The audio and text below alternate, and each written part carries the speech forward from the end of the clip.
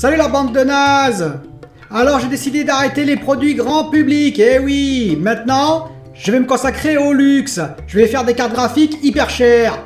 Plus chères que les costards de Jean-Paul Gaultier. Je vais faire venir Georges Clooney pour son What Else et je vais devenir le Nespresso de la carte graphique. Et ensuite, vous savez quoi? Je vais organiser des soirées mondaines avec des gens qui connaissent absolument rien en JV. Mais on s'en fout, eux ils ont du pognon au moins.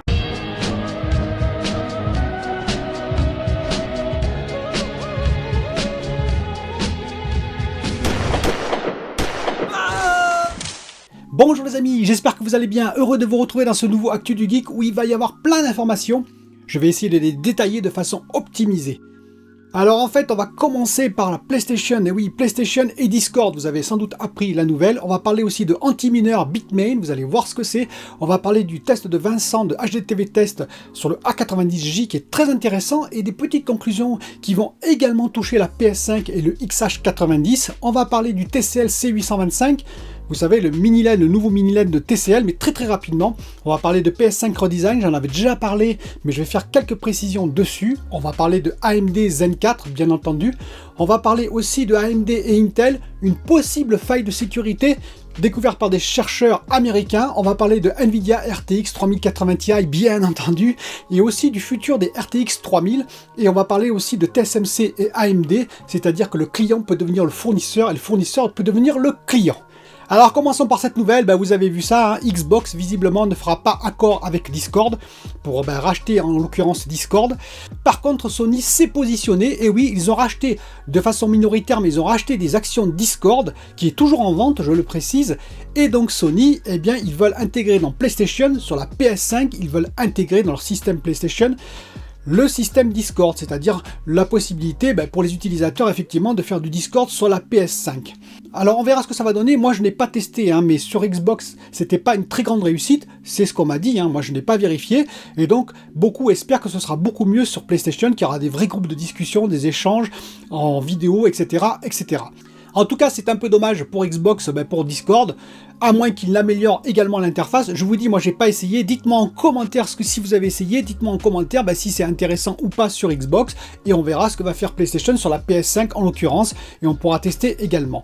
On va passer à la seconde information, Bitmain et l'anti-mineur, et non pas l'anti-mineur, E9, l'anti-mineur, un spécial Ethereum pour le minage, de façon professionnelle. En effet, l'engin est l'équivalent de 32 RTX 3080, vous avez bien entendu 32 RTX 3080, c'est-à-dire qu'il est capable de miner du 3 Go hachage par seconde.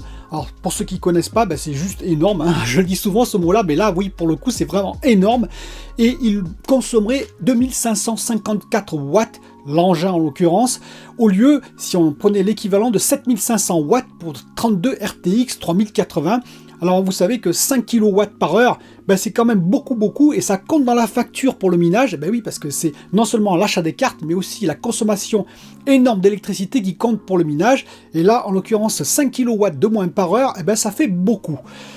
Alors c'est pas très écologique tout ça, je vous l'accorde, mais bon voilà, c'est l'aspect technique qu'on va regarder aujourd'hui, même si l'écologie, j'en ai déjà parlé souvent, mais en l'occurrence le minage, c'est pas terrible quand même, le minage, les fermes de minage je précise, c'est-à-dire à grande échelle, c'est pas terrible pour l'écologie actuellement. Et alors vous allez me dire combien il coûte le bébé?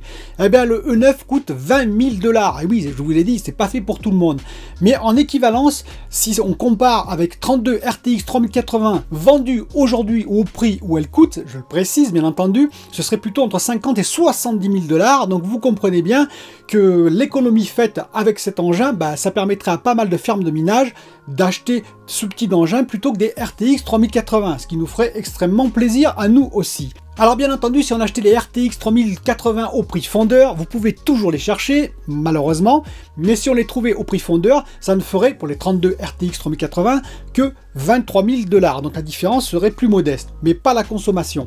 Donc on verra ce que va faire Bitmain avec ce E9 qui n'est pas encore sorti.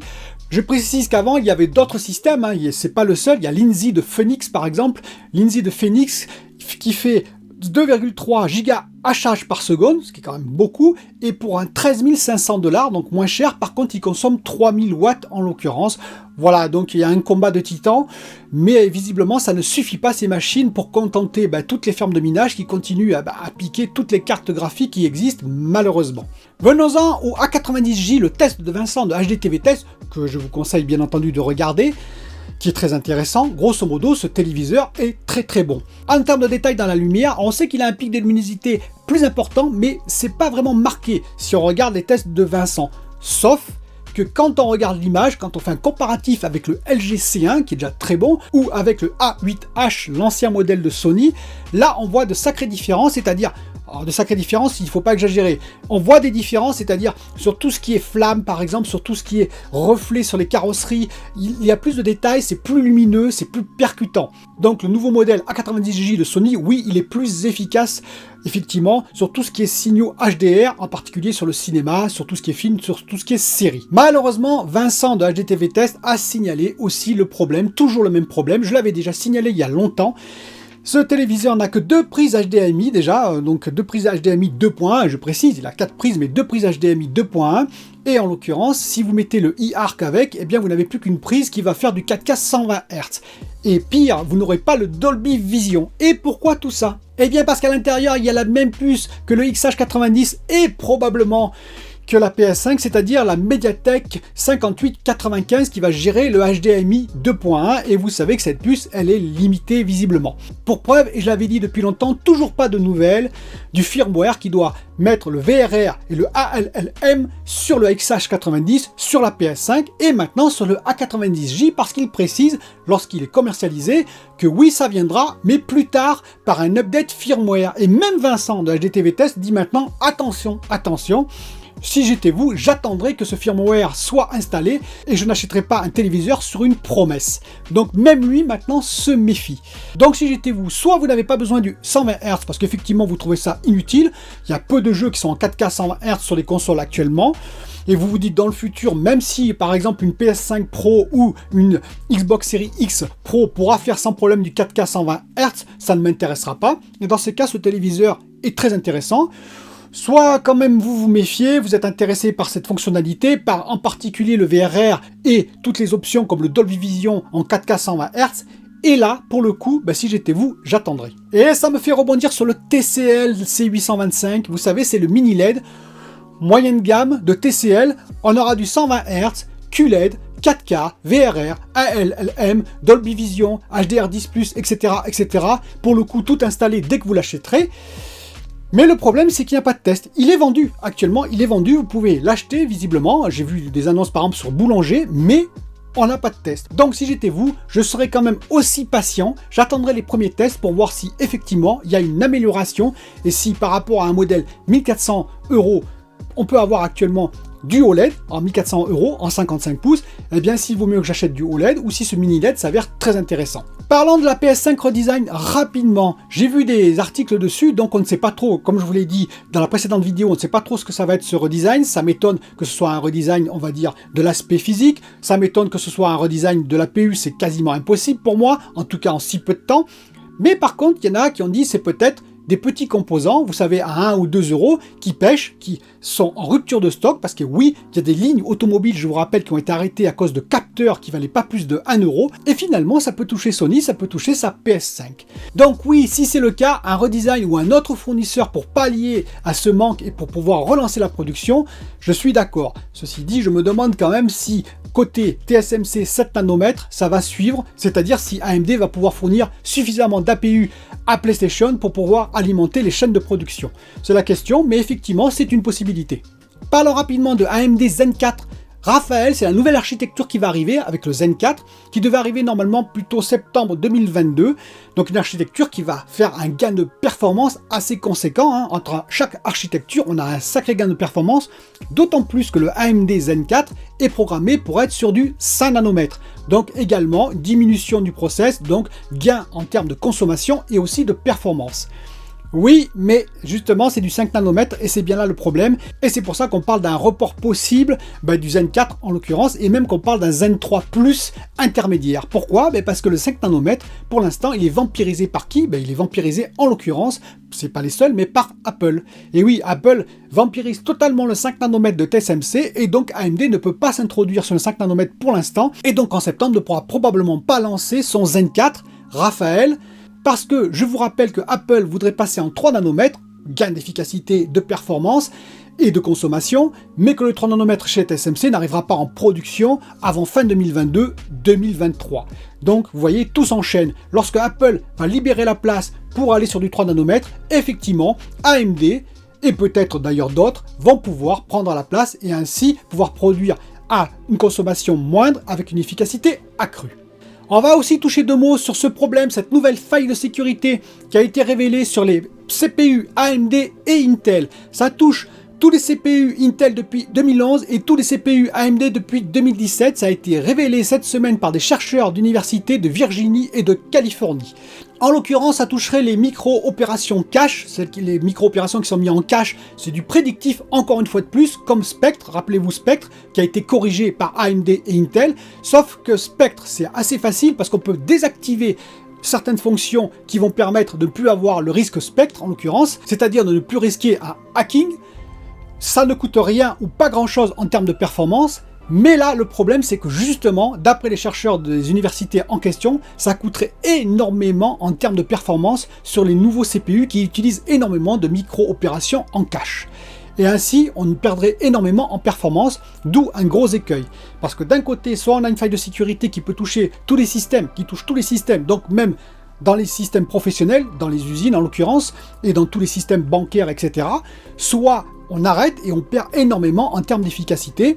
Et même chez nous, on peut se poser la question. Donc on verra, mais Intel et AMD ont pris le problème très au sérieux puisqu'ils en appellent même à la communauté des chercheurs et des scientifiques pour trouver une solution qui serait bien entendu peu coûteuse en termes de performance. Venons-en à mon sujet préféré, et oui, mon sujet préféré, Nvidia, il m'alimente tous les jours avec des sujets, c'est merveilleux, Nvidia, j'adore. Nvidia, qu'est-ce qu'ils ont sorti? Ils vont sortir la RTX 3080 Ti, bien entendu, qui devrait tourner à 1000 $, et moi je pense à 1020 €, c'est les prix que j'ai estimés. On verra, sauf que ce prix-là, vous ne le verrez jamais en couleur visiblement. En effet, il y a des prix qui ont fuité, où Gigabyte sortirait des cartes déjà à 1360 $, ça commence comme ça.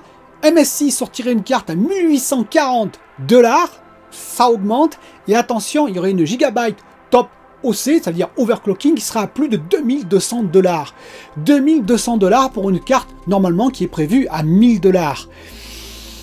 Ben voilà, sans avoir vendu aucune carte, sans qu'elle soit encore là, on a déjà des prix de fou, c'est impossible, voilà, donc je vais vous dire, même les constructeurs se mettent à faire des prix de folie, c'est eux qui participent aussi à la surenchère, et c'est bien dommage.